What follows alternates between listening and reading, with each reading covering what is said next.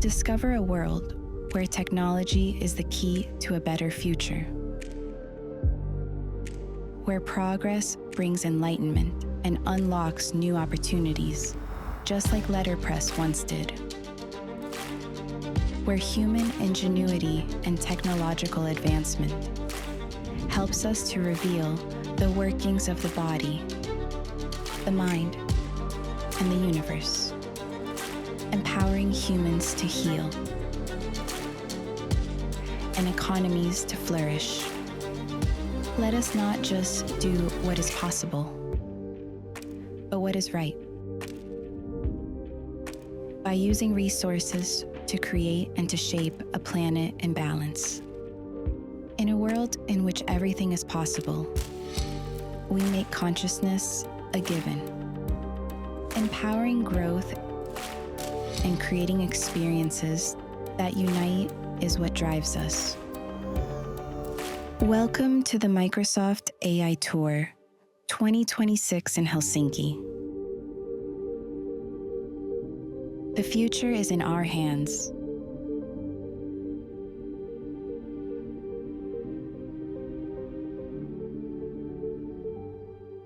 Please welcome Country General Manager, Microsoft Teemu Vidgren.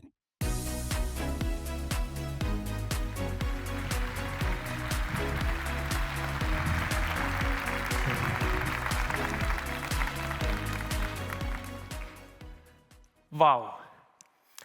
Hyvää huomenta kaikille ja tervetuloa Microsoft AI-tourille.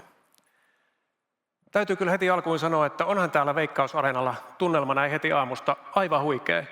Meitä on täällä paikan päällä yli 2000 osallistujaa ja 1000 seuraa lähetystä digitaalisesti tuolla linjoilla. Tervetuloa kaikille mukaan. Ihan alkuun mä haluan kiittää teitä, meidän asiakkaita. Kaikkien teidän esimerkkejä me kuullaan tänään paljon täällä Helsinki AI-tourin lavalla. Iso kiitos kuuluu myös meidän kumppaneille.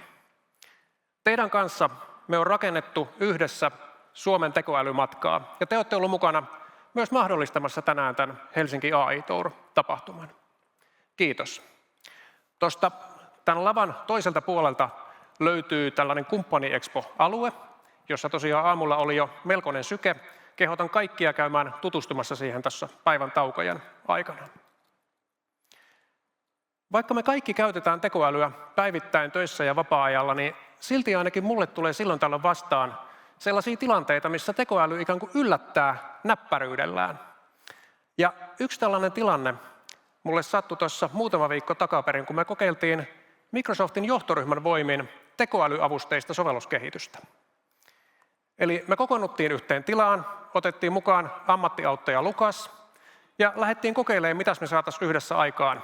Meistä kukaan ei ollut varsinaisesti sovelluskehittäjä, mutta me kaikki lähdettiin kokeilemaan, saataisiko me rakennettua omat sovellukset kertomalla tekoälylle omin sanoin, mitä me halutaan saada aikaan. No näistä esimerkkeistä meidän talousjohtaja Jatan sovellus oli mulle henkilökohtaisesti erityisen vaikuttava. Ja tästä vaikuttavan teki se, että Jatalla oli ajatus siitä, että mitä jos hän tekisi sovelluksen, joka auttaisi valitsemaan Suomesta sellaisen hyvän paikan asua, että mikä on hyvä paikka asua Suomessa. Ja Jatta kuvasi tämän idean tekoälylle 2 lauseella, jotka näkyy tuossa esitysmateriaalin alalaidassa. Tekoäly ei pelkästään tehnyt Jatalle toimivaa sovellusta, vaan se ymmärsi konsepti, mitä oltiin rakentamassa, ehdotti itse olennaisia valintakriteerejä, mitä asuinpaikkaa valitseva ihminen saattaisi siinä työssä arvioida. Tekoäly haki automaattisesti meillä Suomessa tarjolla olevan avoimen datan, mitä tarvittiin tämän sovelluksen ajamiseen, ja sitten rakensi vielä käyttöliittymän, mitä on näppärä käyttää ja missä voi sitten ikään kuin painottaa itselle sopivasti näitä tarjolla olevia valintakriteerejä. Kaikki tämä 2 lauseen kehotteella. Aivan huikeeta. Yksi meistä johtoryhmäläisistä rakensi muuten myös tällaisen mäyräkoirapelin, jossa mäyräkoira on lähtökohtaisesti valveilla, mutta kun sille antaa namin, se nukahtaa. Ja hauskan tästä teki se, että tekoälyn näkemys nukkuvasta mäyräkoirasta on sellainen voimakas kuorsaus. Ja sitä kautta sitten kun me näitä sovelluksia testailtiin siellä yhdessä, niin taustalla kuului sellainen tasainen kuorsauksen ääni. Tämä on nyt 4. AI-Tour-tapahtuma, joka me järjestetään täällä Suomessa. Ja tällä kertaa meillä on kunnia saada mukaan aivan erityinen vieras. Ihan pienen hetken kuluttua meidän globaalia liiketoimintaa johtava John ottaa haltuun tämän AI-Tour-lavan. John tapaa asiakkaita ympäri maailmaa, ja mä oon aivan äärimmäisen iloinen siitä, että me saatiin John tänne Suomeen näkemään läheltä, millaisia asioita me täällä Suomessa tekoälyn ympärillä tehdään. Eli eiköhän heti nyt aamutuimaan toivota John oikein lämpimästi tervetulleeksi kunnon suomalaisilla aamuuploadeilla. So, just a second, let's switch to English. So, next up, it's my massive pleasure and honor to welcome to Helsinki and Microsoft AI Tour stage, the CEO of Microsoft Global Business, John Olthoff.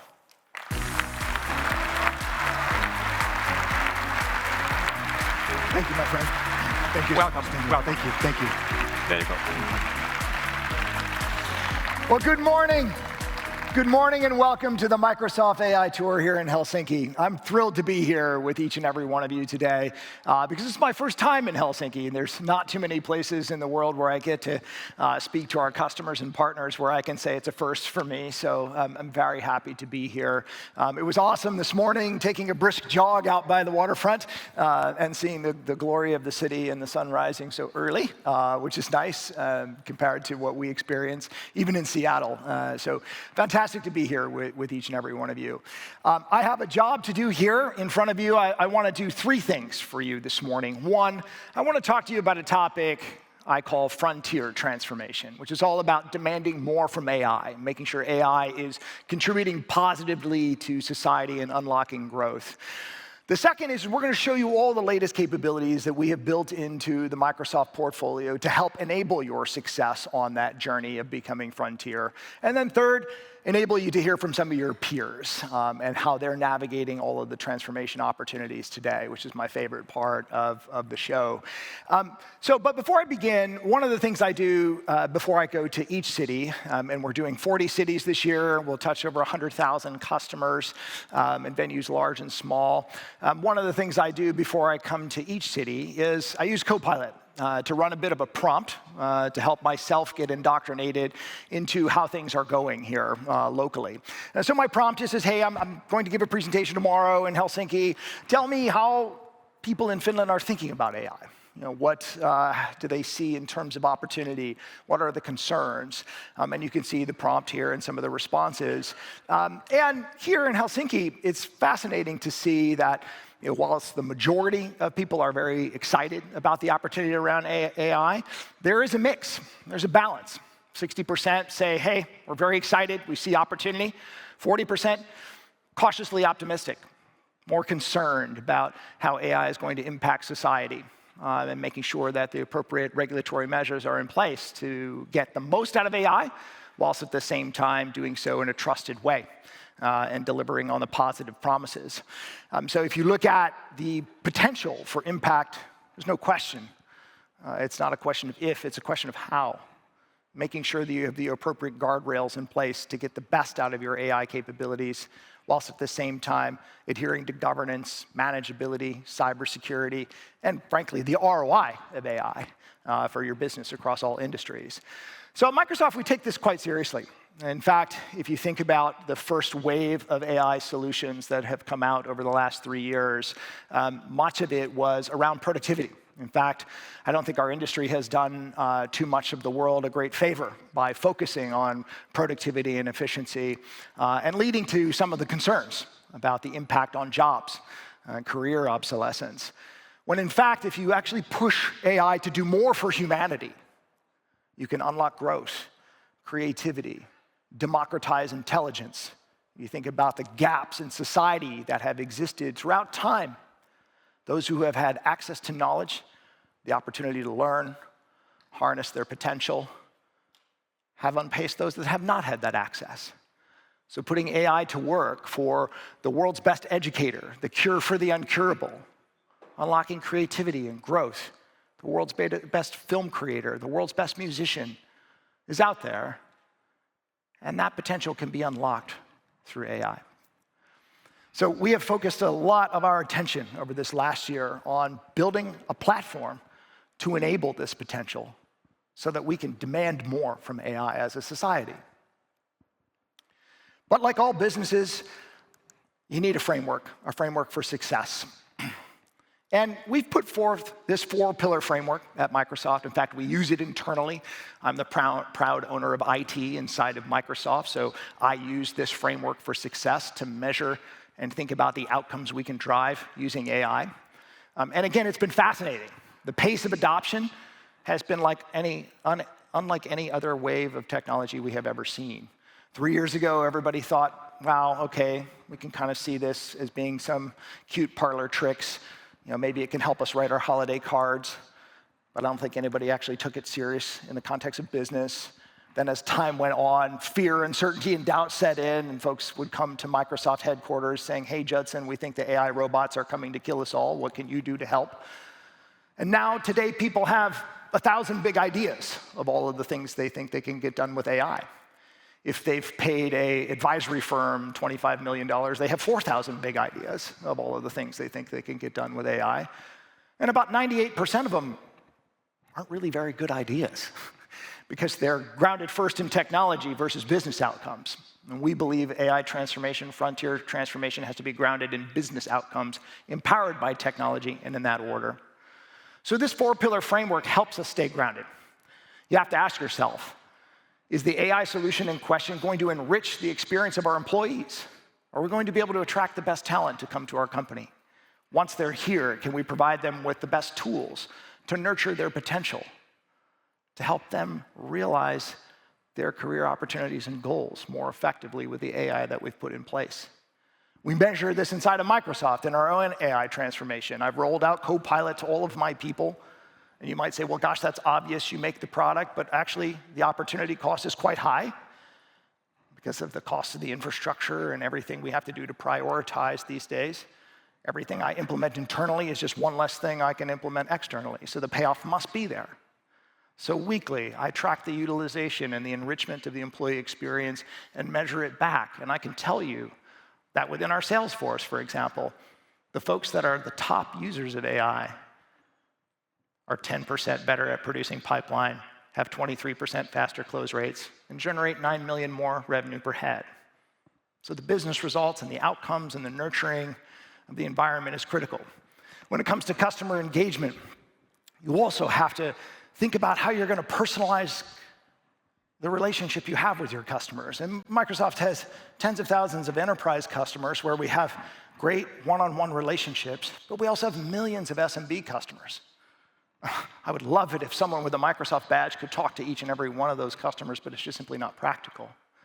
We can use AI to drive hyper-personalization and better engagement, customer self-service. And as a result, our NPS scores have gone up by over 12 points. Our customer self-serve is up 35% year over year. And so the realization of growth through better customer engagement powered by AI is there. The third pillar is about reshaping business processes. And we all have legacy processes that need to evolve. Microsoft recently celebrated its 50th anniversary, which is not that old. Many of you work for companies that are older, but in technology, 50 years makes us ancient. So we have to remember the fact that when Microsoft first started distributing its products, we printed software onto a CD and put it into a box and handed it to distributors and had them send it around the world. If you stare closely at my order management system today, you can see artifacts of that past. Using AI to reshape those business processes so that people can spend less time on the overhead of operations and more time working with our customers, more time innovating new products. We've committed to our board that will continue to grow revenue at the same rates for the next 3 years with the same headcount. So it's not about reducing our workforce. It's about shifting to the left and having better engagement with our customers and shifting to the right and building better products for our customers. Which brings me to the fourth pillar, bending the curve on innovation. We've all seen what AI can do in terms of writing software, and in fact, at Microsoft, on average, AI writes 35% of the code that we have today. And that spans across our entire portfolio. Some of our newer products, like the ones you'll see today, Copilot Cowork, more than 80% of the code base for that product was written using AI. so we can see how it helps you get better product, more product to market faster than ever before. But it goes so far beyond coding into basic science and discovery. Our quantum lab teams that are staffed with very intelligent PhD researchers that are the last folks in the world that would admit that AI could help them do something better than they could do it themselves. They will tell you that we're 5 years ahead on our quantum delivery. We're now bringing chipsets to market. We never would have been able to do that without using AI in the discovery process. New states of matter, new materials. And it's not just in technology, it's in other industries as well. We see it in healthcare, delivering on the promise of AI drug discovery, shortening the cycles to bring new medications to market, better cures, lower costs, better outcomes for society. So this 4-pillar success framework, when used properly, can help drive frontier transformation, true growth, expecting more from AI. In addition, you need to have the right approach inside your company. These 3 traits we think represent high potential for the frontier firm. First, you have to put AI in the flow of human ambition. We can't spend our lives cutting and pasting into prompts and getting data back and then figuring out what to do with it. It has to show up in the tools that people use each and every day. And you'll see this throughout the demonstrations that we're going to have for you this morning. The second is you have to unlock ubiquitous innovation. There's a maker in every one of us. And more often than not, the people on the front lines closer to the business are actually in the best position to solve these problems versus having to rely on professional IT or development to build products for their own use. So putting AI development tools into the hands of the citizen developer and enabling that business potential is super critical. But if you do that, you also then have to have this third trait, which is observability at every layer of the stack. What is AI doing in your environment? Is it helping you to produce the outcomes that you expect? Is it operating in a well-governed, well-managed, and secure capacity?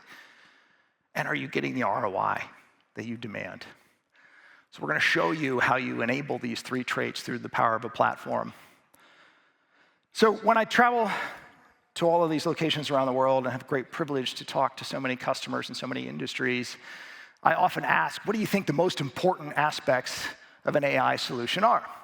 And if I were to have asked you to do a little bit of a survey, I'm sure we'd get a lot of different answers. But 2 that most often come up are, gosh, Judson, isn't it about models? Like every day, every week, we hear about a new model dropping and new capabilities with the models. So models must be one of the most important things in these solutions.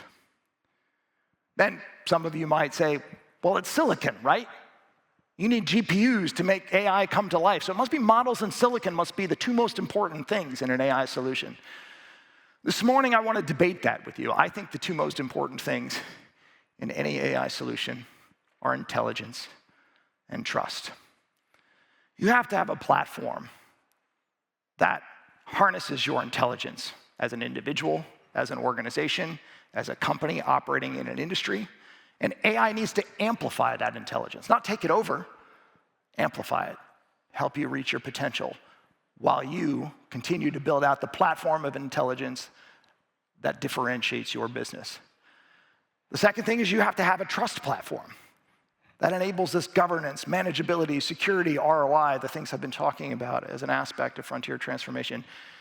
We believe in this at Microsoft so much so that we have pivoted our entire portfolio of capabilities around intelligence and trust because these are the 2 most important things. I mean, case in point, 6 months ago, all anyone was talking about was the latest GPT-5 models. Then a month later, it was Gemini 3. Then a month after that, and even through today, it's Anthropic. Next month, it'll be something else. So do you want to change out your entire information work platform, your entire development platform, your security and operations platform, your supply chain platform, your finance platform, your system of record every time a new model drops? No. You want to build a platform for intelligence and a platform for trust and leverage the latest and greatest AI to amplify the same. So in November at our Ignite conference, we announced over 70 products, but all really anchored around 5 key products that enable intelligence and trust. The first 3 all relate to what we call the Microsoft IQ platform. It's a platform that enables your IQ to remain front and center as the top priority in your AI strategy and your top priority in your frontier transformation strategy. It's far different than simply using models to connect to data. I'll give you some examples. Work IQ is the brain inside of Microsoft 365 Copilot. It knows how you work, with whom you work, the content over which you collaborate, your most important business flows. And it knows this definitively, not through inferencing or guessing. The second thing is Fabric IQ, which provides the same kind of semantic context over your data. Now, what we've done here is we've taken the brain out of Power BI, which was already a cross-cloud, cross-data service analytics solution. So if you have data in Google BigQuery or Amazon S3 data stores or Azure data services or your own on-premises data environment, you can use Fabric IQ to understand all of your data and enable models to reason over it to produce better outcomes. The third is Foundry IQ, which is the middle tier. Think of it as the application server layer that allows you to harness your own knowledge bases and nurture your IQ. Again, your differentiation. Put it all together in a scenario like supply chain management. So if you're going to build an inventory agent, an out-of-stock agent, an availability to promise agent, you're going to need to reason over the system of record. Lots of data sources. Fabric IQ shines there. You're also going to need to then look at external data, data from third-party logistic companies, weather patterns, tariff scenarios. And there you can use Foundry IQ to harness all of your data. And then finally, you're going to want to work across your distributed workforce. And their Work IQ can help you understand how to get the right information to the right employee at the right time to take the right action. So the IQ platform enables model diversity, openness, and heterogeneity to really bolster your IQ, keeping it front and center in differentiation. The next major announcement we made was around Agent 365. It's an observability platform, a trust platform, that enables you to see every agent operating in your environment, whether it was built on the Microsoft platform or anyone else's. An open registry for all of your agents, connections to your security environment, and a mapping visualization that allows you to see how agents are coming to life in your business. When we turned this on inside of Microsoft, before we announced in November the preview, we had over 150,000 agents being used by 80,000 employees on a weekly basis, which is a materially greater number than we ever thought we had. And we're a reasonably competent technology company. So this agent sprawl is a very real thing. Getting your arms around it, being able to govern it, that's what's behind Agent 365. And then finally, we announced Agent Factory, which is a way for you to build agents across line of business using every asset that Microsoft has in one single meter, so that you can build consumption patterns that map back to the real work being done and pay for value. But we didn't stop there. The innovation continues. In March, we announced Wave 3 of Copilot, bringing agentic capabilities into Copilot that I'll show you in just a moment. We also announced the preview of CoWork, Agent 365 becoming generally available earlier than we had planned because of the adoption. We already have 30 million agents out there worldwide in the agent registry in Agent 365. And then we announced something called Microsoft 365 E7, the Frontier Suite that has all of these Copilot assets and Agent 365 built into the solution so that you can deliver on the promises of AI transformation. Now, we've brought all of these scenarios to life today for you in a scenario through a company we call Zava. And I want to play a video for you to introduce conceptually everything that we will show to you for the rest of the session this morning. So please roll the video. Zava hits a new high. Leading innovator Zava. Zava's like Startup Zava. Zava. Zava does it again. What a journey from scrappy startup to global game changer. What if clothing could think? Weaving together technology and comfort. Up-and-coming startup Zava is launching its first smart textile, Thermocore, designed to turn heat into data and fabric into intelligence. Zava's like, why strap a sensor on your wrist when you can weave it into what you wear every day? Thermocore was just the beginning. Introducing ZavaCore. It doesn't just stretch and breathe, it thinks, and we're bringing it to the world's best athletes. Zava goes public today. The intelligent textile market continues to heat up, and leading innovator Zava is upping the game. Zava hits a new high. From professional locker rooms to the runway, Zava blurs the line between fitness, fashion, and innovation. You've seen the pros rave about their Zava Core jerseys. Now Zava is bringing it to any athlete, including your local Little League team. Their AI-first approach is a huge reason for their meteoric rise. And now, we're bringing Zava Core technology to the pitch with a brand new line of intelligent soccer cleats, allowing both players and coaches to track stats and performance direct from the match. So tell us, what's the secret to your success? 18 months ago, we made a conscious decision to really weave AI into the fabric of Zava as a company, all in our pursuit of becoming Frontier.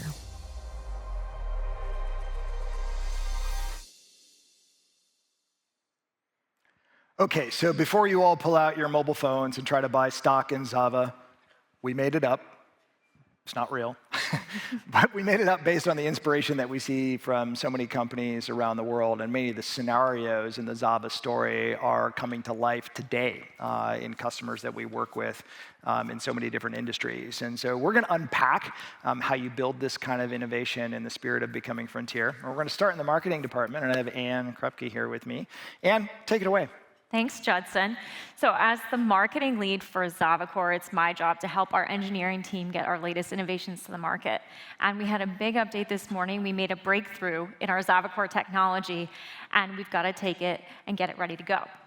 I'm super excited. I'm going to show you today how we're using a brand new feature called Copilot Cowork to help me navigate this launch process. Cool.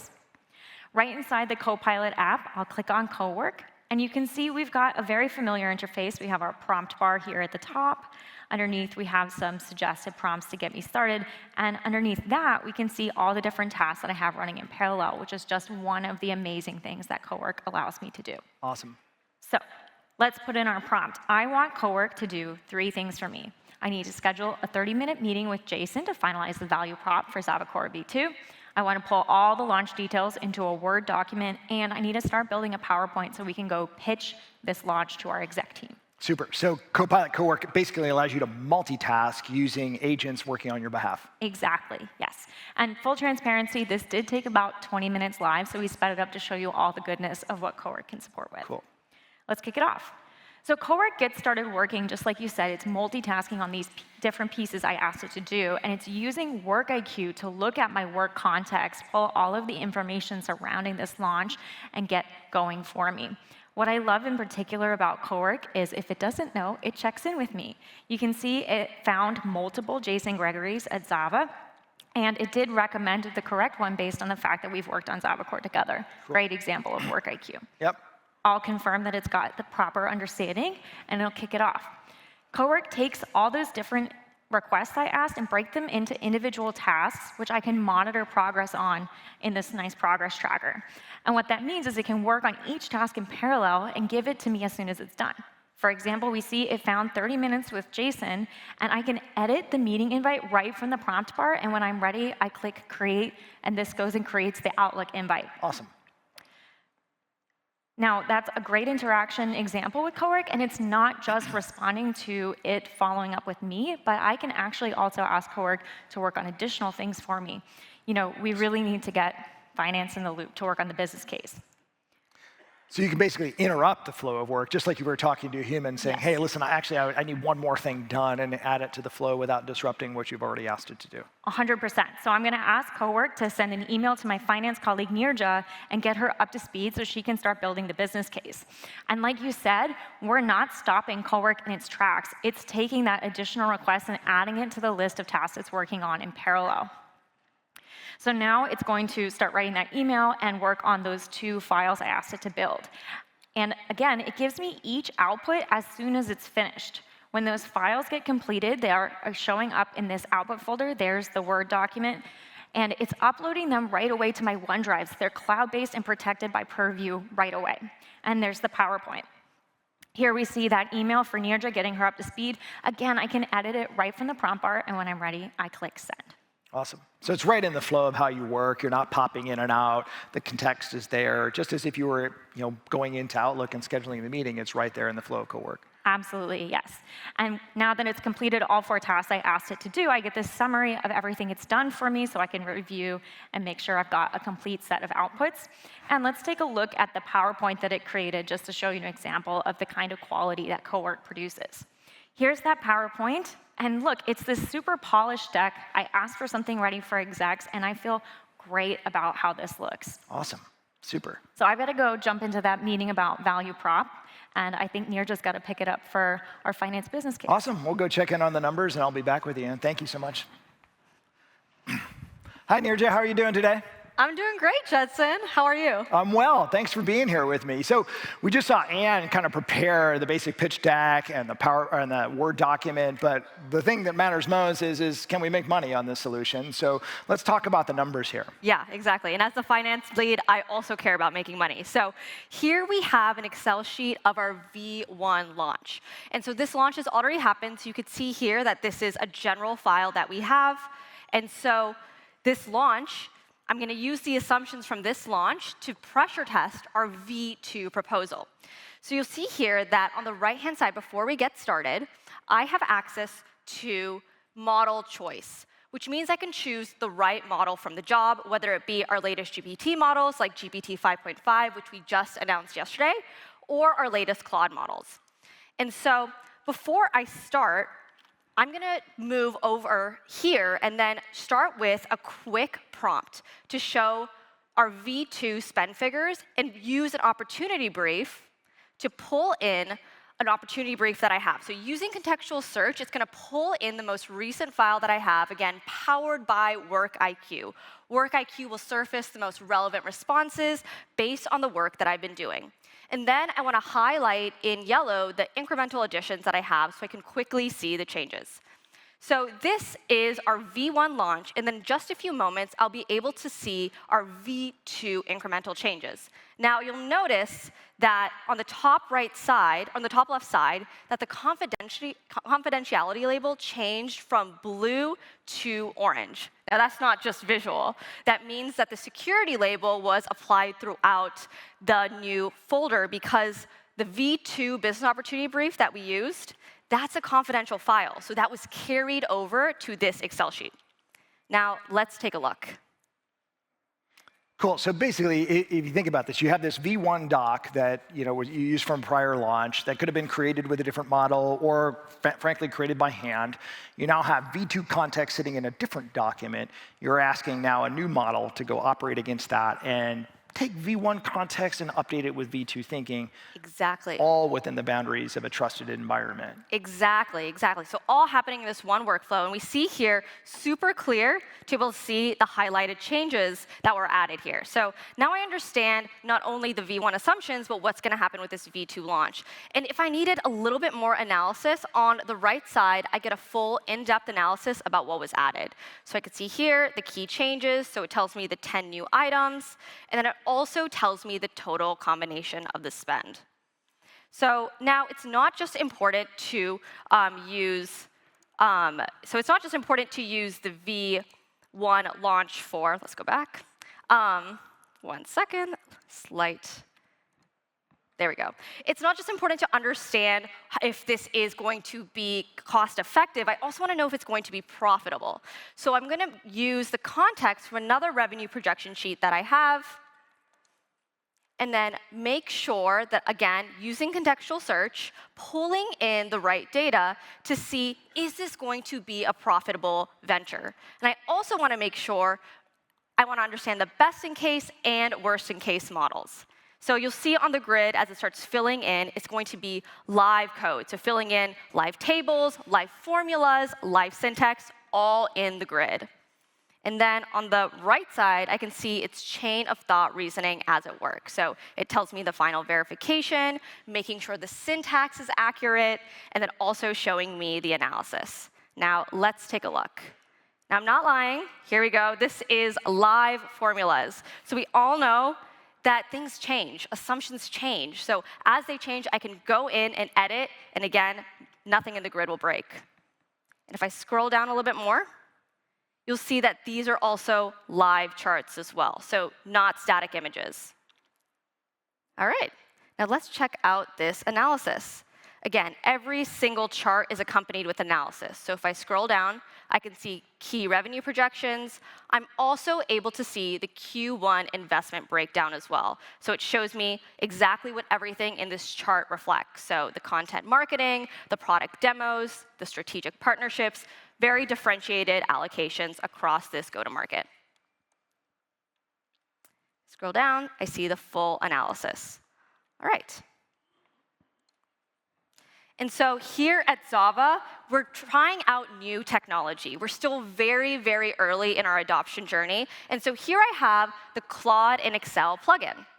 And so you could see here, it's that exact same prompt that I use. No funny business. So you could see it's using the context from this revenue projection report. I want to see if this is profitable. And I've uploaded the revenue projection report here as well. But the difference is there's no contextual search. So no connection to WorkIQ, so I have to go in and download this document. So it's a static document that doesn't reflect the changes if my stakeholders made them. Got it. But let's give it a go. So this takes about 10-ish minutes. This is sped up quite a bit. For a reference, the Copilot and Excel demo took, in reality, about 5-ish minutes, so about double the time.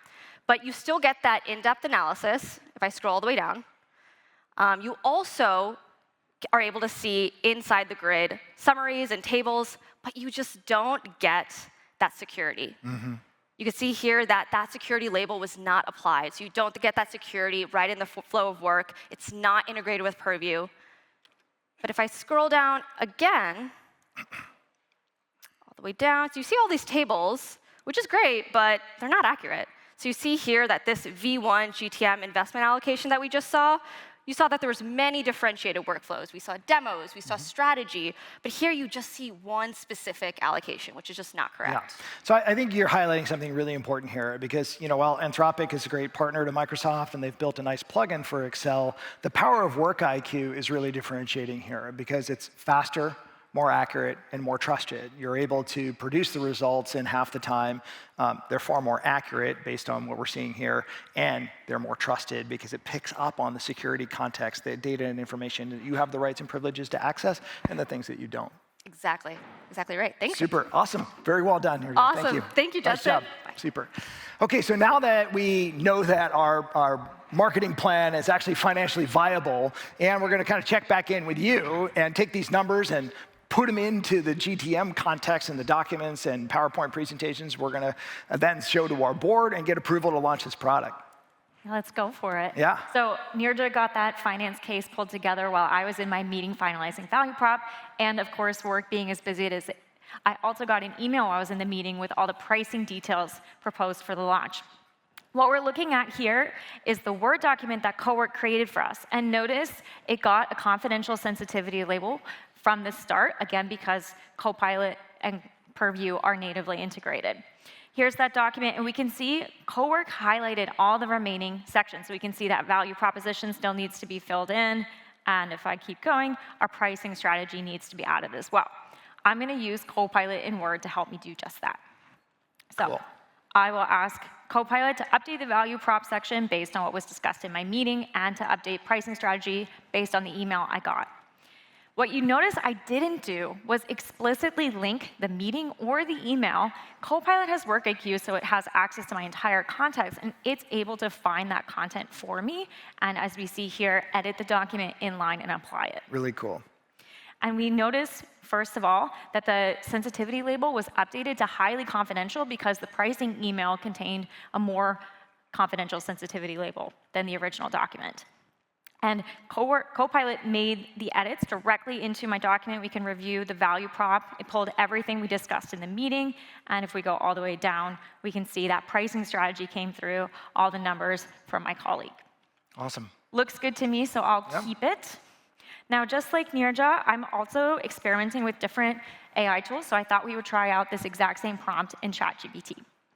OK. So I uploaded my document with the sections unfilled out, and I did the exact same prompt as I did in Word, and I'll click Submit. ChatGPT will get to work, take my prompt, apply it, and There we go, there's an output. Let me break down what just happened for you though. So while ChatGPT does have an Outlook connector, it was able to find the meeting invite from the meeting I just had, but it wasn't able to access the team's transcript and recap, so it wasn't able to pull exactly what was discussed. Similarly, it found that email from my colleague, but because it was highly confidential and encrypted, it wasn't able to access the actual pricing details. Got it. It did, however, create a document for us, so we can take a look at what that looks like.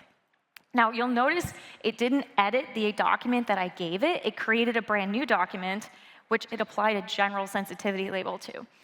So it didn't maintain that confidential label from the beginning. Yep.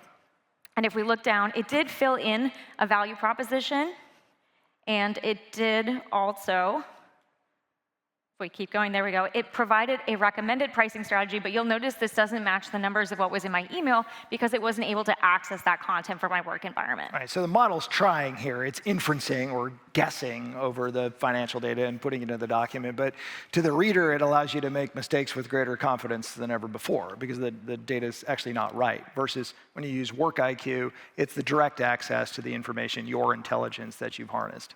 Exactly. So I personally prefer Copilot because it's embedded into my flow of work, it has that Work IQ, and it has that built-in security. So we've got the Word doc in good shape. We've got all those details of the launch together. Now we just need to wrap up the PowerPoint, and we should be good to go. Cool. I can see Neerja's already put the business case from finance in a slide, but it's just a little bit basic, and this is going in front of our executive team. So I'm going to use PowerPoint inside Copilot inside PowerPoint, and ask it to simplify the slide so it's exec ready and make sure those key details popped. So just like I did in Word, Copilot in PowerPoint is going to edit that slide directly based on what I've asked it to do. That's super cool. So what you've been able to do here is actually use a different model with the same context to update the PowerPoint information here, because you started off originally in Copilot Cowork using an Anthropic model. Now you're in PowerPoint using an OpenAI model, but your Work IQ is maintaining that consistency across everything you do. Exactly, yes. And there's the output. We've got the big numbers popping. It's polished and ready for our executive team. And now we're good to go. And I love how Copilot didn't just help me create these assets, it also helped me enrich them so we could go forward with some really high-quality content. Awesome. Super job, man. Thank you so much. Thanks, Judson. So what Anne has shown you here is that you can create these assets using Work IQ in a model-diverse and open and heterogeneous way, that your output is faster, it's more accurate, and it's trusted. And you can use it across multiple modalities, across chatting with the data, across creating new assets or new artifacts, as we call them, but also augmenting those artifacts versus the models that will just simply create a new one that is outside of the context of your security controls. The next big modality, though, is actually building agents on top of that data. And we're going to check out what's next here with Stephanie. Yeah, how's it going, Judson? How are you? I'm doing great. We just got some fantastic news. I'm an operations manager at Zava, and we just received the green light to move toward product launch. Super. Now, part of every successful launch is ensuring that the material that we need is available. And that's my job within the process as a procurement manager. So let's take a look at how by leveraging agents, I'm able to automate this process. Okay, cool.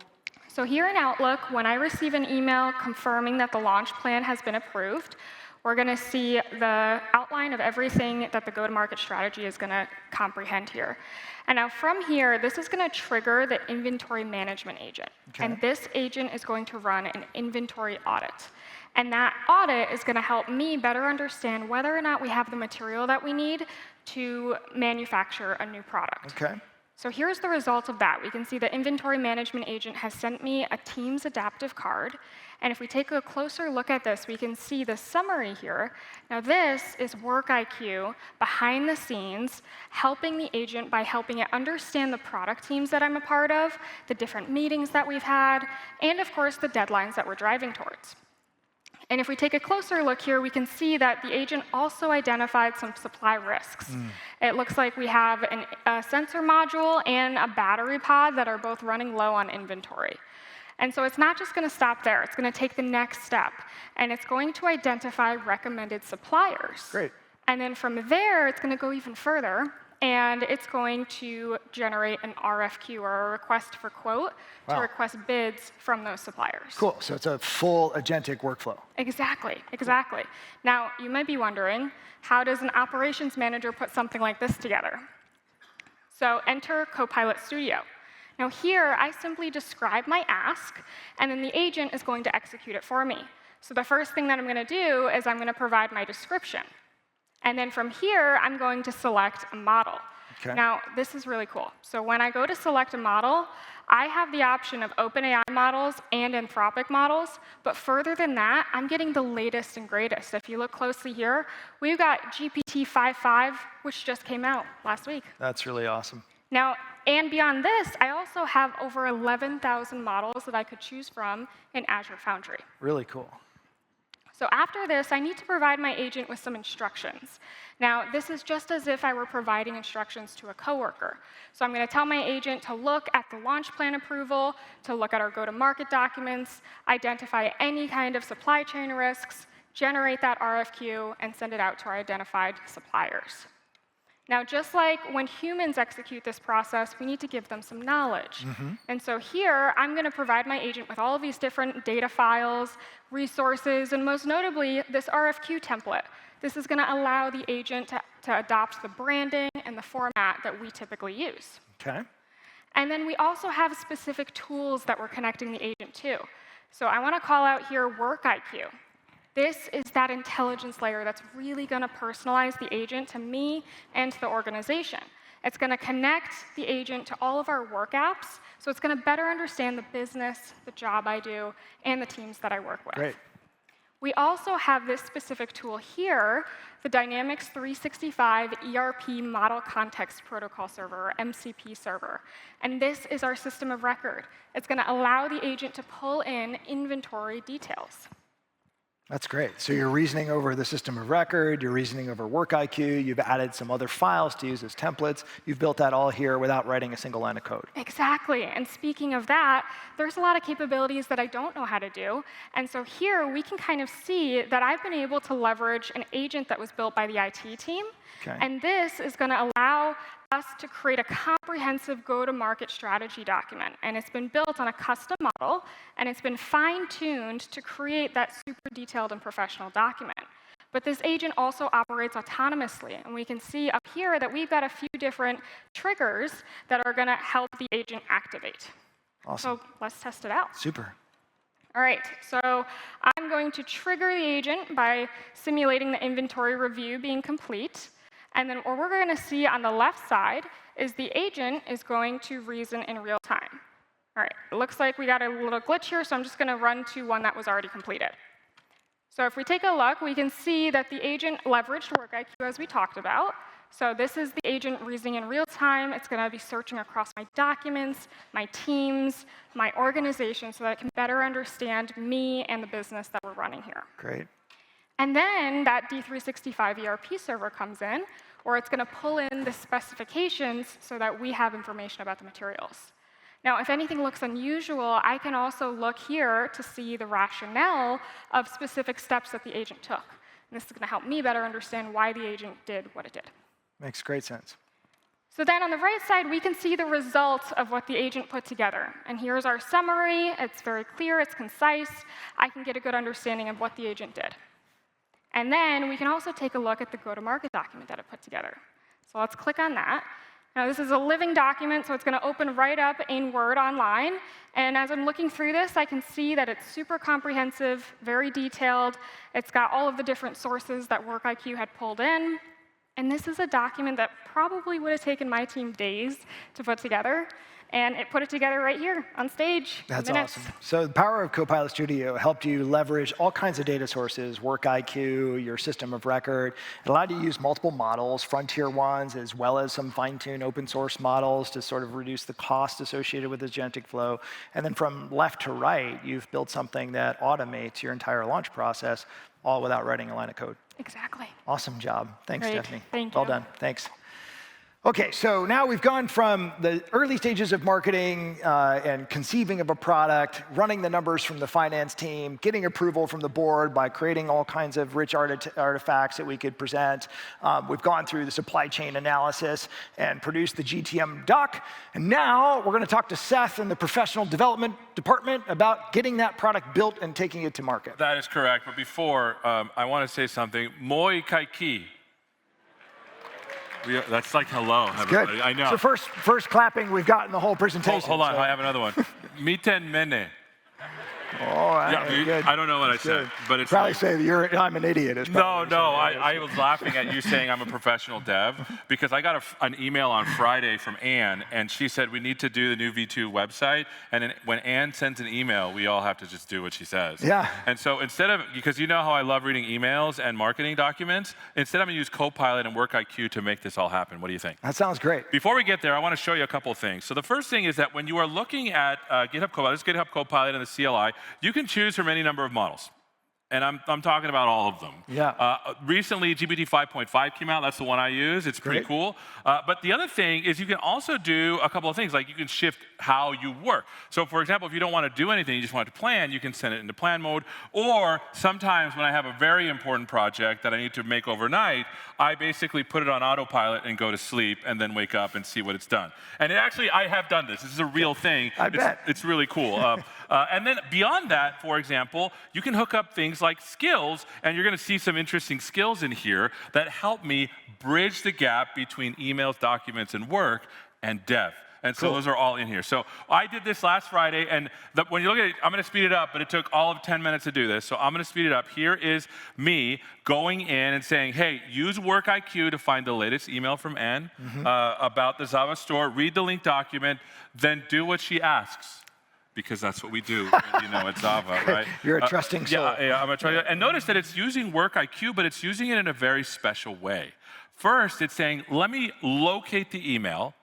I found the email. There's a full message because there's a document linked in SharePoint, right? And notice that usually you can't just pull a document for SharePoint because DRM and other issues. And notice that it says it has a linked document rather than a traditional document. I've got a SharePoint link. I'm resolving it in the graph. And notice WorkIQ does something special because you can't just look at a document that's protected. It's going to ask WorkIQ, hey, can you read this for me and tell me what I can look at? That's cool. Yeah, it's really cool. And so now I'm getting this document from WorkIQ. It finds the two things. There's a landing page, content themes, and future of AI, and another future AI buying experience. So two things she wants us to do. So it's going to say, hey, there's the two things that I'm going to make. It puts them into GitHub as issues. And then I say, hey, can you just take care of issue 23 and do that for me? And then it goes ahead and delegates that work into the cloud with GitHub Copilot, which is pretty amazing, right? That is awesome. And notice it's doing, I stopped it there, but I want to show you the actual issues that it created. Here is the first one,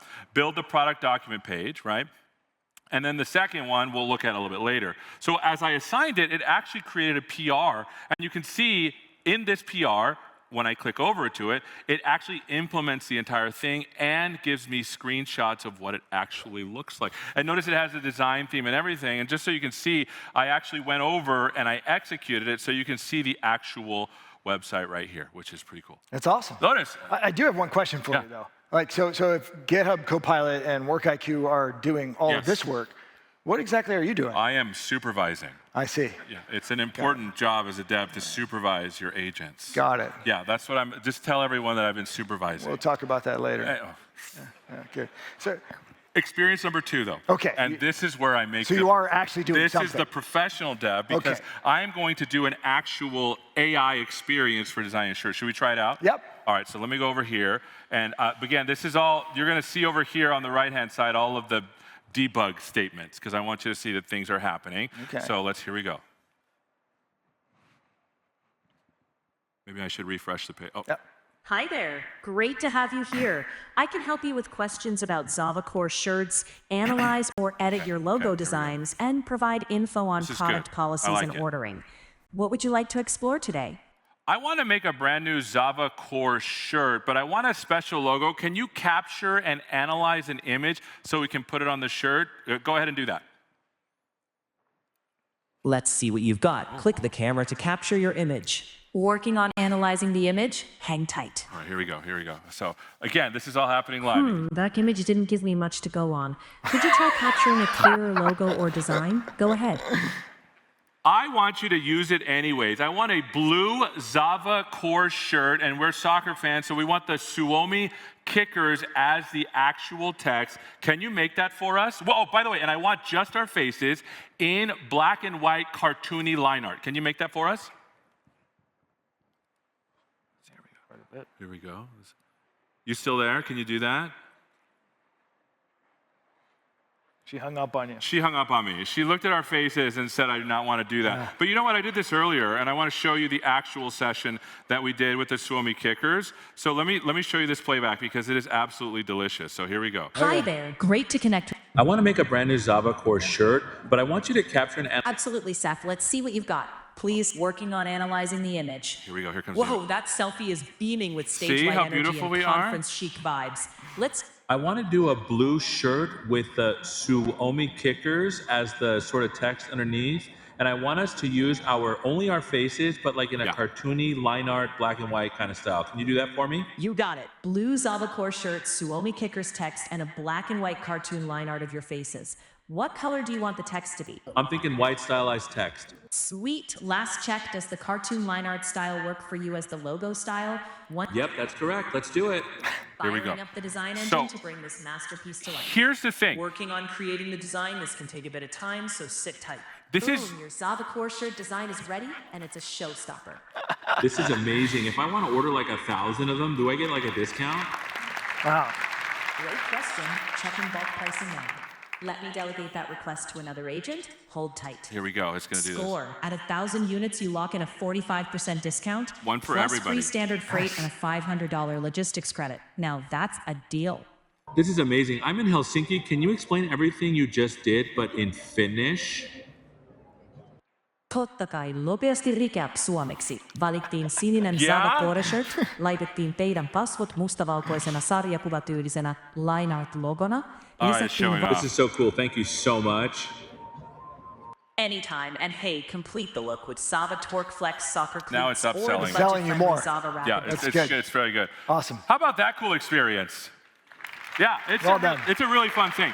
All right. Let me show you what makes this, because you talked about intelligence trust at every layer. Yep. This is a developer layer where you as a developer can actually link all of the IQs together, link all of your assets together, and write code to make it all work together, and that happens through Microsoft Foundry. In Microsoft Foundry, you have 3 different things that you can do. You can discover, you can build, and you can operate. On the discover phase, we have a lot of models that you can use directly.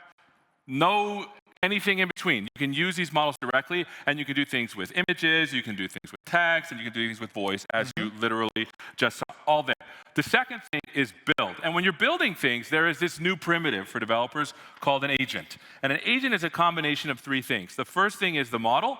The second thing is the prompt or the instructions. And then the last thing are the tools that you can use. And for us, we have a ton of tools that you can give it. For example, something literally like, I don't know, Fabric, IQ, it's loading them because there's a lot of them.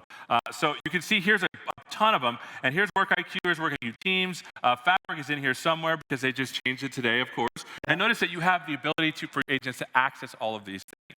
And then the last thing I want to show you is this new special tool that we have called Foundry IQ. The cool thing about Foundry IQ is it's IQ over your stuff. Right. And so, for example, our Zava policy documents on how to do shipping are stored inside of Foundry IQ knowledge base. Yeah. And it's able to actually look at it. And so when my custom agent that was talking delegated to this agent that then asked Foundry IQ. It's almost like a chain of things that you want to actually have happen inside of your application. And then last but not least, we want observability at every layer of the stack. Foundry control plane is observability at this particular layer. Cool. And notice that I can see all of my agents. I can take a look at how much things are costing. And then I can also see, there's some issues that may have happened. Microsoft Foundry is very good about stopping jailbreak attempts, but this is a security thing that then security professionals can look at. We'll talk about that a little later. So notice there's a really cool experience that I built as a dev. The first part, obviously, I did it when I was sleeping. The second part, this took a little bit longer. Tell the boss, okay, about this, because this is the kind of experiences that people are going to come to expect, where you have natural and personalized experiences that deal with facts in a secure and safe way. Super job. You're the best. Thank you so much. Cheers. Nice job. So now we're going to talk about the next layer of the IQ stack, Fabric IQ, and where all of that data resides. You saw Seth's agent doing some things like providing discount logic to provide then cross-sell and upsell from T-shirts to cleats. All of that is happening at the reasoning layer that sits on top of your data. And Tyler here is going to show us a little bit about how Fabric IQ brings that to life. How are you, Tyler? Good. How are you doing? I'm well, thanks. Good. Well, it's all about the data. Absolutely. So I want to show you how Microsoft Fabric is powering our AI agents. But first, I want to show you how that agent we saw earlier in Seth's demo didn't just find data, it actually understood it. Yep. That's because Fabric doesn't just bring all our data together, but it enables us to add context and business understanding with Fabric IQ. So let me show you. We're going to start with the data. And our agentic solutions have a number of streaming data sets coming in. That data is landing into one lake through a Fabric event house. It's just a real-time data store. If we open up the event house, we'll see our data starting to stream and trickle in. And the event house consolidates our data streams. So we have our consolidated data streams, but it also enables us to bring in additional information. So our product detail data is actually stored in an AWS S3 bucket, but we can make it available in Fabric through a one-lake shortcut, which makes the data immediately available without having to move any of the data or build any pipelines. Cool. So it's cross-cloud, cross-data service, allowing you to reason over it with one semantic context layer. Absolutely. Cool. Any data, anywhere. Now that we have our data in Fabric, we're going to use a Fabric data agent, which enables humans and other agents to consume and interact with the data. It's built into Fabric, so we're going to use it to do a little testing here. Now, if I sit any agent directly on my raw data, like I have, requires that agent to interpret the data, make assumptions, and the results can vary. So let's do a little test here. I'm going to ask a question based on our recreational soccer team there, the Suomi Kickers. And we can see that the agent tries its best to interpret, but struggles with some of the terminology and finding the right data. And it came back with a number of product recommendations, but it wasn't very precise. Yeah. So this is just going against the data directly without IQ. We bring the data in, put an agent directly on it, ask it questions. There's no intelligence layer in between. OK. So next step, obviously, is to say, let's add a Fabric IQ model in between. Now, a Fabric IQ model enables us to add context to that data so that our agents are more accurate and consistent with their responses. Now, in the past, the Zava team had used Power BI semantic models to make our reports more accurate and consistent. The same concept applies here, but for AI solutions. Cool. And the nice thing is all the semantic models that we previously built can be automatically ported over to Fabric IQ models. So we get a head start. We've got a jump start now. And using the Fabric IQ modeling experience here, it's really just building a context graph. So it enables us to define business entities and relationships within that data. And we can bind different data sources to those entities to give reasoning and understanding of the data. So that any agent, whether it's through Copilot Studio or Foundry, can now access this intelligence layer. So let's test this out. Let's take the same data agent, and we're going to now sit it on top of our IQ model instead of our raw data. We'll ask the same question. Same question on our Suomi Kickers, and we now have that business understanding layer in between our data and agent, and you can see a much more rich response. Wow. It has understanding of the business terminology, where to find that data, and gives a very concise answer as to a product recommendation. So accuracy and consistency. Super. Now, Fabric IQ also unlocks our ability to innovate. With IQ adding that business understanding, we can start to use tools like Fabric's Digital Twin Builder to build virtual replicas of our products. One tool we built on top of our digital twin model is the Zava 3D product visualization tool. Let's take a look. Now, any visualization tool that's supported can sit on top of our digital twin builder. In this case, we're using NVIDIA's Omniverse for the visuals, but we're making it come alive with real-time streaming data from Fabric. Here I can instantly see how our soccer cleats perform across different environmental conditions. In this case, it's across 3 unique material types. We can swap out the material configuration and see how it impacts heat within the cleat, shown in red there. This way, we can look at the insight, optimize the configuration, and ultimately design a nice, cool, breathable shoe. Awesome. So Fabric IQ is empowering our people. It's empowering the agents coming together, working with AI in the flow of work.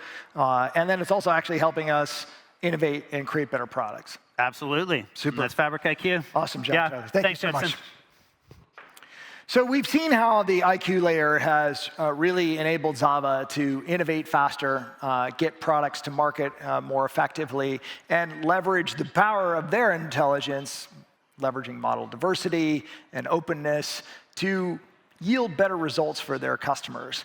Now, we're going to look at the trust platform that I talked about, because all of these agents operating in the environment need to be governed, well-managed, and secured, and Sarah's going to show us how we do that using Agent 365. Yes, they do, Judson. So hi there, everyone. I am Zava's Security Operations Lead, and I'm going to show you, using Agent 365, how we make sure that security, observability, and governance don't get left behind. So let's get into it. So here in Zava, we are using the Agent 365 in the overview page to look at some key metrics about all the agents we have in Zava. So first up, we've got how many agents we actually have, which is important to know, who's interacting with them, and the great news is this is nearly everyone in Zava. That's cool. We're also looking at the different platforms our agents are deployed on, because it's not just Copilot Studio and Foundry. Every department in Zava is using what works best for them. We can also see who is publishing agents. So as you would expect, we're seeing a lot of agents from IT, but we're also seeing Zava users publishing their own agents. So we're seeing true citizen development, which is really exciting and very frontier. But maybe also mildly concerning to a security professional. Well, we have lots of guardrails in place to make sure people behave, which we will get onto, Judson. Good. So we've also got here some other things that are more a security person's concern. So we have agent risks, which is coming from our security suite, and agents that don't have an owner, so people who've left Zava. And we'll come back to some of these. I'm setting it up for later. Now, in security, we need to manage all of the agents, irrespective of where they are. But before we can do that, we need an inventory of every agent. And that's where we have the Agent 365 registry. So when we deploy anything in Microsoft, this is auto-consolidating those agents into the registry. So we can see a few here. But using the Agent 365 SDK and Agent ID, we can extend and add in third parties. And this is also how we extend our identity protections from Entra, like conditional access, into all of these agents.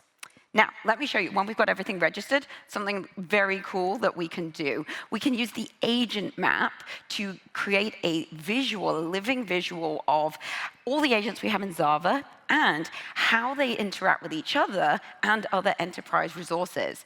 So I'm going to take Seth's Zava Store agent here. Now, we can see that it's interacting with Fabric, Excel, and a number of different agents. And by clicking on the overview, I can also see here everything I need to know at the touch of a button. So I can see what Seth has described it as, what it does, who owns it, what channels it's been published in, what platform it sits on. We can also see in data and tools, we've got here the MCP servers that it's talking to, the knowledge sources, so we've got Fabric that we saw earlier. And then I also see the permissions that it's using in the Microsoft Graph. And you can see that I can grant or revoke those at a touch of a button without having to jump into any other console, which is great. Now, for those of you paying attention, you might have noticed that we had an agent on the overview page that had a number of security risks, and that was this one here, the Zava support agent. So let's use Agent 365 to have a look at this in the security and compliance tab. So what Agent 365 is doing here is aggregating signals from the whole Microsoft security suite, so Entra, Defender, Purview, we can see them all here, and we can see all these risks that have been flagged. So if we walk through this, we can see the agents had an abnormal sign-in frequency, It's been accessed by a risky user. That's come from our identity side of things. We see that the agent started sharing sensitive customer data outside the boundaries. That's a data thing, so it came from Purview. And then it's accessed a blocked knowledge source, and then we've also seen a prompt injection. That's come from Defender. So I think it's safe to say there might be something going on with this agent, and I think we need to block it, which I can do here at the touch of a button, and then I can hand that off to my operations team to do more investigation, because we probably bring it back online. Yeah, before we bring it back online. So that's the Zava support. So we're feeling really good about the agents that we have in Zava, but we also have new agents. Zava is Frontier. It's bringing all of our departments and requesting new agents all the time. Now, in Zava, we have a policy that says that any agent that accesses sensitive data must be reviewed by security. Now, traditionally, that would create a huge bottleneck. For sure. But Agent 365 allows me to do this really easily. I have here in the request queue my agents that need to be reviewed. It's going to show me all the same overview that I saw for the other agents that we've seen. And I can then accept or reject it, and it goes straight into production. So nice and smooth, less painful. And that is how, at Zava, we do our security and observability without slowing down innovation. Awesome. Well done, Awesome. Sarah. Thank you so Judson. much. Thank you. So I want to summarize what you've seen here, because I started at the very beginning by saying the two most important things in any AI solution are intelligence and trust. And we're reshaping our entire portfolio of capabilities at Microsoft to deliver on that. We're also working very hard to make it easy for you to simply adopt these capabilities and do so with a cost structure that has you only paying for value. So we launched the Microsoft 365 E7 Frontier Suite. That has all of the capabilities that you saw today, from Copilot through to Agent 365, the underpinnings of Work IQ, Foundry IQ, and Fabric IQ, and Agent Factory as a way to map back any model access to any agent that you want to use. So whether you want to build agents using Frontier models, open source models, your own models, you can do so with Agent Factory. And then on top of that, we provide you with the engineering resources that bring that to life. So we're committed to empowering Frontier transformation with our portfolio. The other thing that builds upon our trust promise is the need to deliver all of these capabilities in a way that is sovereign to how you operate in Finland. And so we have worked very hard to provide a continuum of sovereign capabilities in the core platform, from software-defined sovereignty running on public rails, so our sovereign public cloud, enabling confidential compute, encryption capabilities, so that you are managing a sovereign set of data and AI access, but doing so with software controls running in the public cloud. We've extended that to something we call sovereign private cloud, which allows you to leverage Azure Local, Microsoft 365 Local, running in your own data centers, building out some of the very same assets you've seen here, but doing so on premises in your environment using cloud-based controls. We announced just yesterday that we've expanded the sovereign private cloud to include now thousands of nodes. So we're building out scalability, allowing you to manage these assets in your own environment. And then finally, we've established national partner clouds in Europe with Bleu and Delos, enabling the full capabilities of the Microsoft public cloud, but run in discrete operated controls within the European Union. So we're committed to this spectrum of sovereign services so that you can build out these AI solutions, build out frontier capabilities on intelligence and trust, and do so with the promises of a sovereign cloud. So if I put it all together, everything that you've seen here, we deliberately did not go through product bingo. We wanted to first convey everything that you can build using our intelligence and trust platforms, all of the assets that we can have. You can simply procure them through M365 E7 and our Agent Factory offerings. But everything we're building is designed to pull this one red thread through the totality of your business, from your productivity environment to your business applications to your development tools, both professional and citizen development assets, to the underpinnings of the services that really amplify your IQ, your differentiation in market, and then the governance and manageability through Agent 365. Intelligence and trust delivered with sovereign capabilities, all so that we can help you become frontier. So as much as we enjoy telling the Zava story and all of the rich demos behind it, I enjoy telling real customer stories even better. And so I'm excited for the final segment of the keynote this morning. And I want to introduce our guests for you, and we'll bring them out here in just a moment. We have Marco, the CFO from Nokia, Tomio, the EVP and CTO of Kone, and Hannah Kaisa from OP. She's the Chief People and HR Officer there. Please join me in welcoming these fine guests to our stage.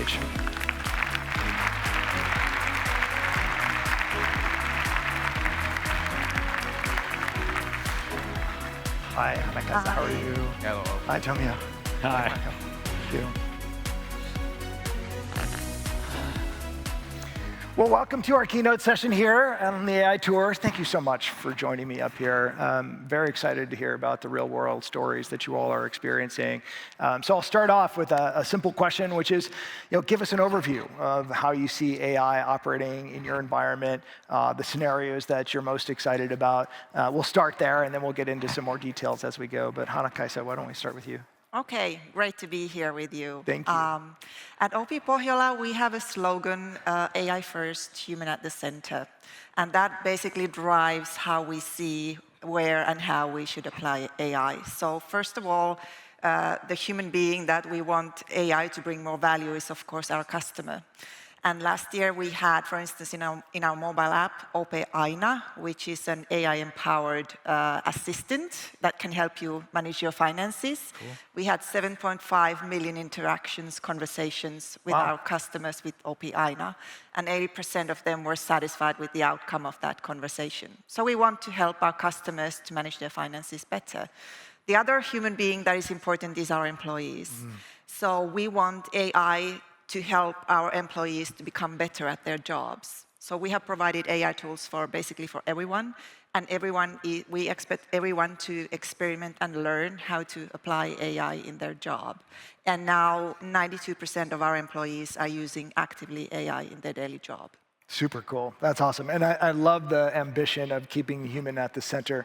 We're big proponents, of course, of AI empowering human ambition and needing to do more for society. So we'll come back to some of these things in just a moment, but thank you for the work you're doing here. Tomio, welcome. Yes, thank you. Glad to be here. So we see progress in two areas. First of all, everyday AI. We call it everyday AI, basically co-pilots of the world, helping employees to do work better and faster, but also more productive way. I think we see well-being improving in this area, actually. People are more happy. But I think the more important area is the business transformation we have been talking about also here. We have focused on a few bets. We really want to get return and impact.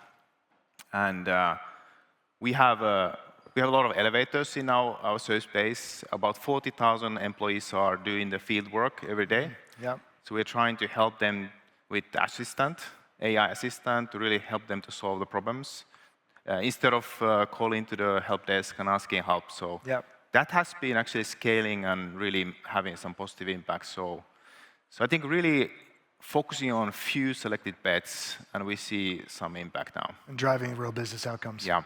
Great, super. Marco, Nokia, Microsoft have been partners for a very long time. Thank you for being here. Tell us a little bit about what you're up to using AI. Absolutely. Thank you so much for having me here as well. We definitely see AI is at scale already, and it's quite amazing how fast adaptation has been there as well. I think it's faster than PC and faster than internet. This, of course, put a lot of demands on our company as well as provider of network technologies. And if you remember, Nokia slogan was connecting people. Then we went to connecting information, and now we are connecting intelligence. And this is exactly what we are focusing on, and that's what we have to bring into networks as well. So if you think many companies have had ambition that have a 2 to 3% annual savings per year, but now with AI, you can actually have totally different scale here. So we can see 20 to 30% OPEX savings. And these are in different areas, especially in high knowledge-based functions, like corporate functions, finance, what I'm representing, but also engineering and so on. A lot of R&D. We see a lot of potential there. We're already doing, just like you mentioned, between 30 to 70% of coding is done by AI, together with human beings, of course. And then, of course, the talent part is extremely important, because your skill sets that you need are going to be totally different going forward. And we have already started to adjust ourselves to secure that we have those deep tech AI native people or employees, together with more AI generalists that work together. And then also the third one I would say is the agentic workflows, which are basically doing the whole flow in the agentic model. And if you look Nokia's progress here, we started also with more experimental AI use cases, a lot of use cases, but not so much, benefit. Yeah. It was more, nice to, get to know AI. Then we said, okay, this is not giving any benefit, so let's focus on the specific pilots where we see tangible impact. And now we are, I would say, innovation at scale. So we are embedding AI in everything what we do, from processes, way of working, our products, and so on, so that we really are building AI as embedded in everything we do, because that's where we see that that's where you get the biggest impacts as well. Yep. Very much aligned with the frontier thinking and applying business outcomes and keeping it grounded on the KPIs that you would already use to run the business and delivering on the financial promises as well. So we'll come back to some of that in a moment. But Hannah, Kaisa, I want to come back to you. So one of the largest financial institutions, 14,000 employees. Talk a little bit more about the employee tool chain, the AI assets that you give to your people so that they can be their best. Yeah. Well, we are collaborating with you guys, so we have a lot of Microsoft tools. So majority of those 14,000 people use Microsoft AI tools. We also have some of our own tools that we have developed, for instance, for people in our customer services. And we wanted all our employees to have access to tools so that they are not afraid of AI and that the learning happens that you were referring to. We also have a lot of learning solutions, courses that people can have access to. And we also have a network of 500 AI ambassadors that have also been trained by you guys a little bit. And the idea there is that they can help teams in their everyday work to adopt AI. And we train those ambassadors, and they can share good practices, and they can identify similar use cases across the company. Yep. And then as leaders, we believe that we need to lead by example. So especially in the beginning, since last year, we have had AI coaches, all of us in the executive team. I have a personal AI coach. I meet with him twice a month. Oh, wow. And he helps me to adopt AI in my everyday routines. And now he helps my whole management team to do the same. And we believe that that is really important to show our employees that we as leaders, we are learners, and we need to put an effort into that, and we share the learnings that we have with those AI coaches. Awesome. So that immersion and skilling AI in the flow of how people work has really made a difference for you. Yeah. Yeah, super. Awesome. Tomio, so you have a lot of hardcore engineering folks, but you also have people who have maybe not been terribly exposed to AI capabilities. How are you bridging the citizen dev, pro dev scenarios at Kone? This is really one of my favorite topics. So we wanted to equip just normal people in our company to become citizen developers. So it was kind of bottom-up movement. We provided Power Platform and tools related to that, and gave some training. Huge success. 3,500 citizen developers just started to organize themselves. And then they started to develop apps and automation. We already created 30,000 apps in 1 year. Wow. And then obviously there are really good concrete IT solutions which are coming out with bringing some business impact. They're typically small, probably 100K type of business benefit, but they are really, it's much faster than traditional IT project. Just the time to value is a few weeks. Yes, we have professional developers as well. Sure. And they are obviously helping here and facilitating, and we're creating events, we are training, we are organizing hackathons, and we are creating also, we are defining the AI APIs and guide rails and security policies, all that. So it's kind of collaboration between professional and the seasoned developers. So far, it has been a huge success, so really excited about that. That's awesome. Very cool. And we talk about this idea of ubiquitous innovation and putting technology in the hands of the entire organization to really lift up the innovative spirit. And it seems like you've done that there with great success. So thank you for sharing that. Marco, so you talked about the bottom line a moment ago. There's also the top line, where you talk about frontier innovation and becoming frontier, having to sort of make sure that you're pressuring the organization to use AI for further development and innovation. Talk about how you're actually weaving AI into the core products at Nokia. Yeah, absolutely. I would say first that a little bit what you said earlier, that AI is actually, it's not a cost-cutting tool. It is actually, it's about leadership. How are you going to lead the whole company? And that's what you need as well when you put that in your processes and products as well. And just a few examples from Nokia. If you look at what we've done in more supporting functions, corporate functions, but also in engineering and R&D, I mentioned already, we've seen these 20 to 30% savings. And also when we launched an AI software developer tool in Christmas time last year, we launched that to 10,000 engineers just in a couple of days. And adaptation has been extremely high and fast. But also different projects that in the past we've done, perhaps with 60, 70 to 100 people, taking 2 years' time and cost tens of millions. Now we can do those in a few weeks with 3 to 4 people. Wow. And of course, the cost is much lower. Same outcome. So it's a huge benefits here. But also, if you look at the specific products that we have, we are embedding AI in network infrastructure and mobile infrastructure portfolios and products.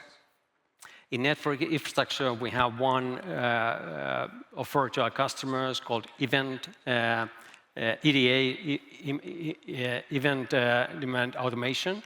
And here we actually have been able to lower to the customers' networks outages by 96%. Wow. Just because it's an embedded AI solution. So it's a totally different solution than if it's non-AI. So you're using it for real competitive differentiation. Absolutely. So this is a huge benefit for us in competing with our competitors. Awesome. Very good. So we're running out of time, which is unfortunate because we could run a conversation here all day. But maybe one final question for you as a bit of a lightning round. When I opened up this morning, I talked about how the AI sentiment here in Finland is somewhat opportunistic and optimistic, but also with caution, right, and some balance. So maybe for each of you, are you bullish, cautiously optimistic, and if so, why? Well, we are a company that is owned by our customers. We're not a listed company. And we want to create more value for our customers with the help of AI. And we see that this technology will fundamentally change the way people use and consume financial products and services. And we want to be at the forefront of that. And we want to help our customers to become better at managing their finances with the help of AI. So we want to create value for the customer. And we want to differentiate to become the best partner for our customers in that. And then the second point relates to this maybe what you were saying is if AI is just seen as a cost-cutting vehicle, I think work is really important for all of us human beings. So it's very important that people are at the driver's seat of designing their own future work. And with that, we believe that when we give that opportunity to our employees, they will come up with these innovations, new products and services, better services for our customers. So we want to drive this in such a way that they are at the driver's seat. Well said. Very well said. Tomio? So yeah, we are optimistic. Reasons, number one, we think that AI will help us to be the number one choice for employees. I think it's very important. Number two, at least in our industry, in order to grow, we need to actually resolve the availability of resources. We have a shortage of labor, actually, in our industry. So we have to use AI to improve field productivity, using predictive maintenance, algorithms, and so on. So I think it's a really key for us to grow. Very cool. Markku? I would say that AI is putting totally different demands on the networks as well. They will be much less predictive, much more dynamic. So it means that we as a company need to adapt ourselves and secure that networks are AI native networks as well. And this creates a lot of pressure on us as well that we need to be AI-driven company. I believe that if just look the opportunities that AI will bring to all of us, it will make our lives easier, but also much more efficient and more challenging. And I think that's something positive. If just look, our company's opportunities in an AI world, we are still in machine, people to machines, but when we go to physical AI, machine to machine, the traffic will just explode. And I don't think that we quite understand yet that opportunity. No. But definitely we see that there's a huge opportunity for Nokia and our products that we are delivering to the market. Great. Well, we're counting on that as well. A lot of what we're building runs on your rails, so we really appreciate the partnership. I want to thank all three of you for being a part of the show today. Thank you so much for sharing your stories and for partnering with Microsoft. Thank you. Thank you. Thank you. Thank you so much. Thank you. Thank you so much. So I want to close out our general session with you this morning by thanking each and every one of you for spending time with us today. We know your time is precious, and when you spend it with us, it's deeply meaningful to us. We appreciate the partnership. Our mission at Microsoft is to empower every person and every organization on the planet to achieve more. It's not about empowering every agent or every GPU on the planet to achieve more. It's about you. It's about your IQ. Microsoft is building a platform of intelligence and trust so that you can harness the power of AI and have it amplify your intelligence, amplify your unique value and your differentiation, whether it be as an individual or an organization or your company operating in your industry. We want to be the partner that empowers your frontier transformation so that AI can do more for humanity and drive us forward as a society. Thank you so much for being with us today.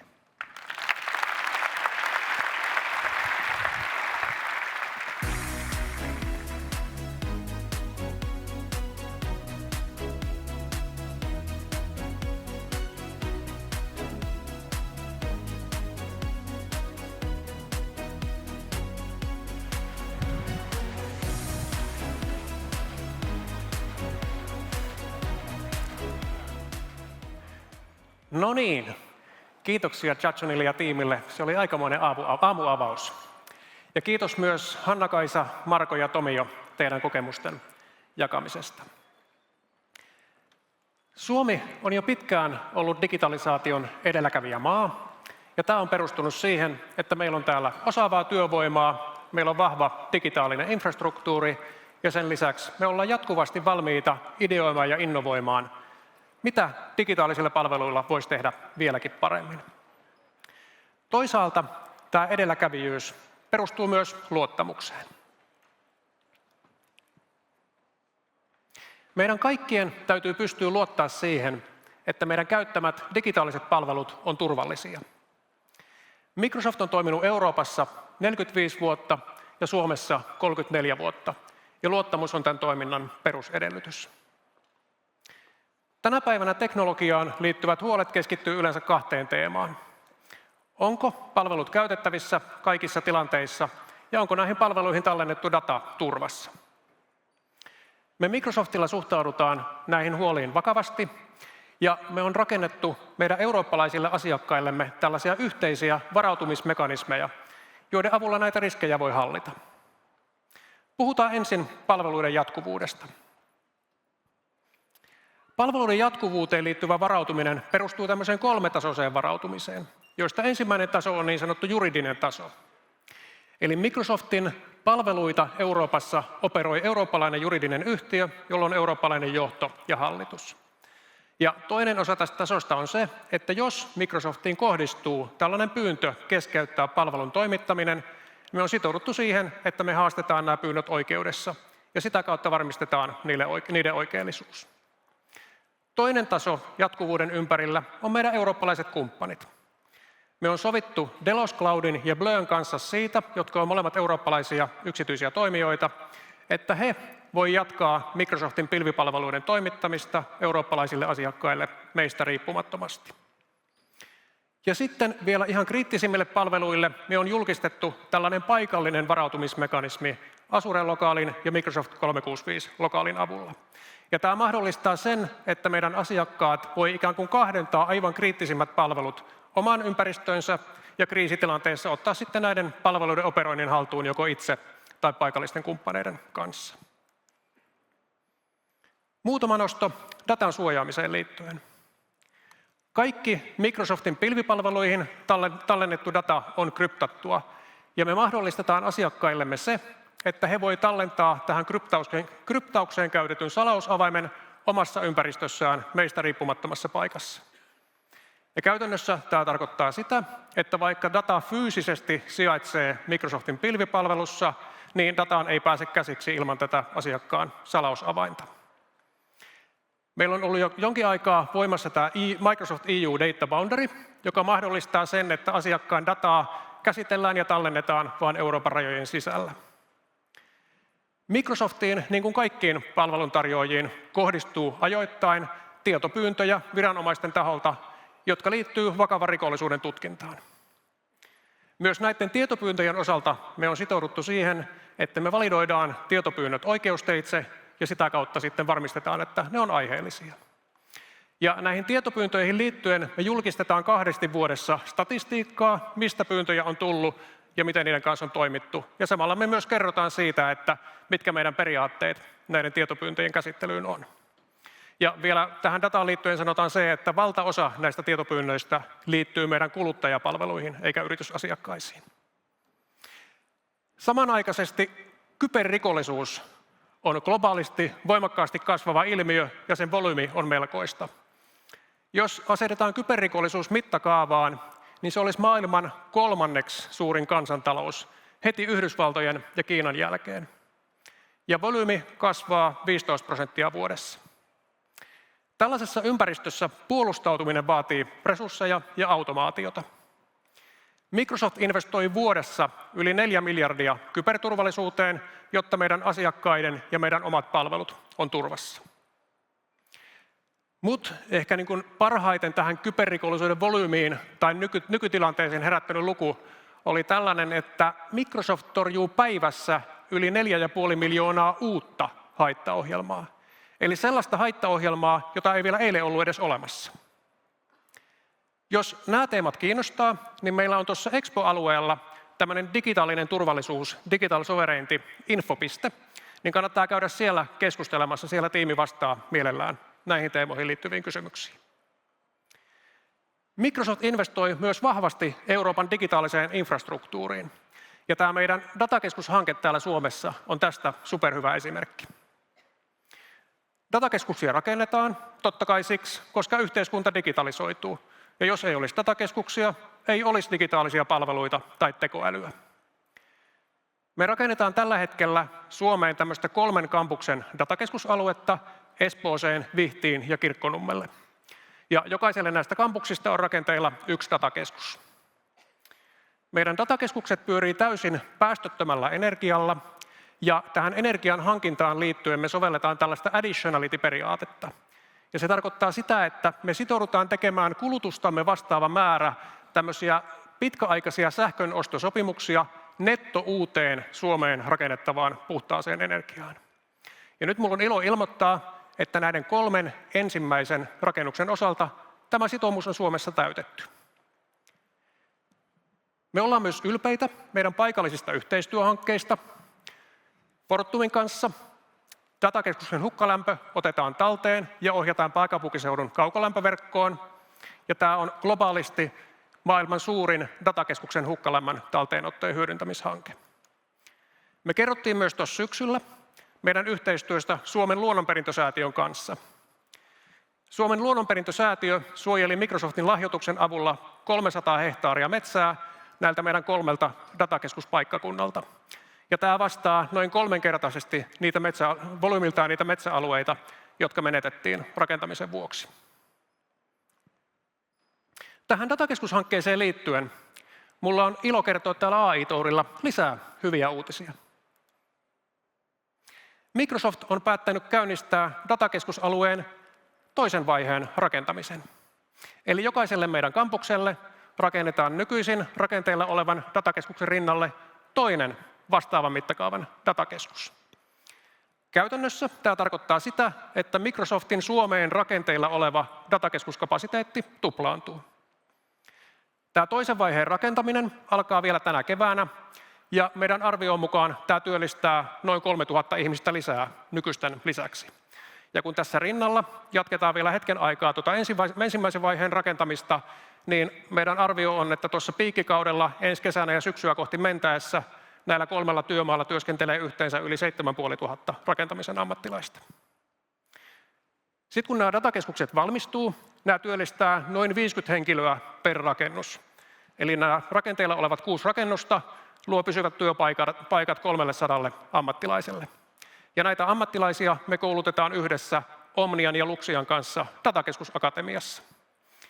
Tämä Datakeskusakatemia on sellainen 15 opintopisteen kokonaisuus, jonka opiskelija voi liittää osaksi omia opintojaan. Ja tämä sisältää myös harjoittelua datakeskuksessa.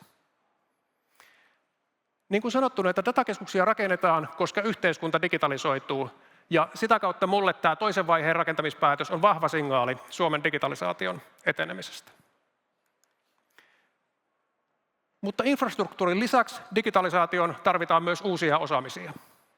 Ja tähän haasteeseen me lähdettiin 4 vuotta sitten tarttumaan taito- ja työelämään ekosysteemin voimin. Tämän ekosysteemin yhteisenä tavoitteena on luoda helposti saavutettavaa ja lähestyttävää suomenkielistä oppisisältöä digitaalisista taidoista, jotka on ajankohtaisia. Ja tämä on maksuton ja avoin kaikille. Tätä ekosysteemiä viedään eteenpäin yhdessä yli 70 toimijan kanssa, ja nyt tämän ensimmäisen 4 vuoden aikana me on saavutettu Suomessa jo yli 315 000 oppijaa. Viime keväänä me avattiin osana taito- ja työelämän ohjelmaa myös julkisen sektorin AI-akatemia, jonka tavoitteena oli yhdessä löytää tekoälyn käytännön hyödyt opetusalalla, sosiaali- ja terveysalalla, valtiolla ja kunnissa. Ja ensimmäisen vuoden aikana täällä AI-akatemiassa on käynyt jo yli 60 000 julkisen sektorin työntekijää. Ja tänään tämä AI-akatemia siirtyy agenttien aikakaudelle. Tänään täällä AI-tourilla me avataan julkisen sektorin AI-akatemiaan AI-agenttikurssi. Ja tämän kurssin avulla me rakennetaan osaamista tekoälyagenttien turvalliseen ja vastuulliseen hyödyntämiseen julkisella sektorilla. Seuraavaksi luokanopettaja Riikka Virtaniemi Espoosta raottaa hieman ovea siihen, mitä täällä kurssilla on luvassa. Moi, mä olen Virtaniemen Riikka, luokanopettaja Espoosta. Tekoäly on nykyään ihan tavallinen osa mun työpäiviä. Se on sellainen apuri, joka helpottaa arkea ja säästää aikaa. Mä oon ottanut tekoälyn avuksi esimerkiksi tuntisuunnitteluun, arvioinnin tueksi, pelillisten materiaalien tuottamiseen ja jopa omien tekoälyagenttien rakentamiseen luokan tarpeisiin. Tässä videosarjassa näytän teille, miten tekoäly on muokannut mun työpäiviä ja toisaalta miten sitä voi hyödyntää osana opetusta ilman, että sun tarvitsee olla mikään teknologia-ekspertti. Tervetuloa mukaan! Kiitos. Kannattaa käydä tutustumassa Riikan ja muiden kouluttajien inspiroiviin esimerkkeihin. Isot asiat rakennetaan yhteistyöllä. Ja mä uskon, että meillä on Suomessa kaikki eväät varmistaa, että meidän digitaalinen edelläkävijyys jatkuu myös tekoälyaikakaudella. Iso kiitos meidän datakeskushankkeessa mukana oleville kumppaneille. Teidän kanssa on ilo päästä jatkamaan tätä yhteistyötä toisen vaiheen rakentamisen voimin. Kiitos myös kaikille yli 70 taito- ja työelämän ekosysteemin toimijalle. Varmistetaan yhdessä, että meillä suomalaisilla on taidot myös tulevaisuuden työelämään. Ja lopuksi nöyrä kiitos kaikille teille, kun tulitte tänne AI-tourille innovoimaan, mitä kaikkea teknologialla voi tehdä yhdessä. Kiitos, tehdään tästä hauska päivä.